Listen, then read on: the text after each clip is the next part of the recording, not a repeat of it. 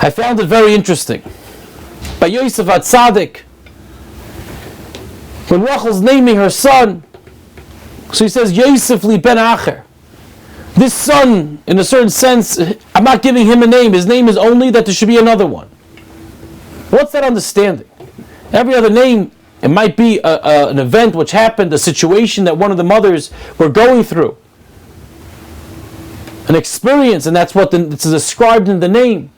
But the whole name is one of Yosef li ben Acher. Add me another name. Give me another child. What happened to this child? What's his circumstances? And I was thinking that's a little bit the whole idea of Yosef. Yosef HaTzadik, his godless his greatness was, and that he himself was nothing. Of course, he was towering giant of tzidkes. He was almost an Av. Being almost an Av after Avram, Yitzchak, and Yaakov, it means that when it comes to yourself, you don't think of yourself as anything. You're just here as a father. You're just here to give over to the next generation. So Yosef HaTzadik, even from his name, was one of Yosef li ben Acher. I'm only here for another child, for another brother, for another son, to make my mother happy more. That could be the idea why Yosef is alei ayin. That avodah zarah, that nothing, ayin hara, never affects Yosef HaTzadik. No evil eye could ever affect Yosef. He was always above it.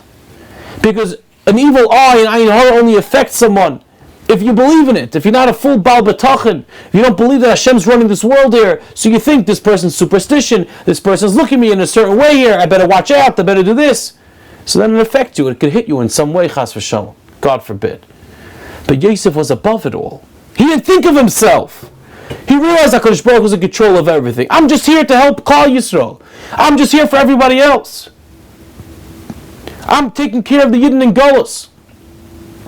When you think that way, then of course you're above ayin hara. And of course ayin hara doesn't affect such an individual.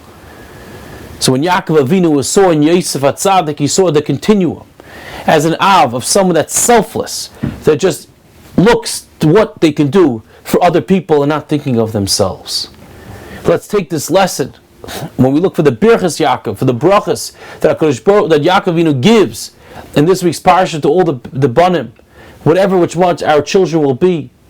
But there's an element, of course, of that chavivas that we could all have, of all the brachas given to all of us, which means there's an element of each one of every one of us, and all of our children, from all the shvatim, from all these characteristics.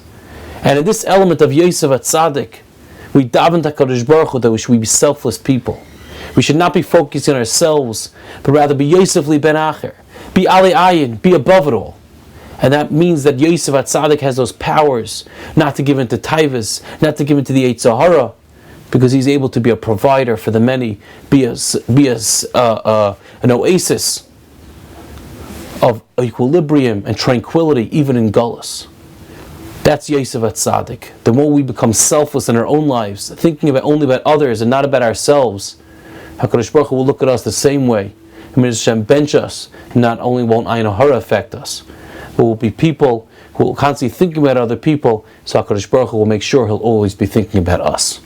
Have a wonderful Shabbos. Chazak, chazak, v'nis chazek.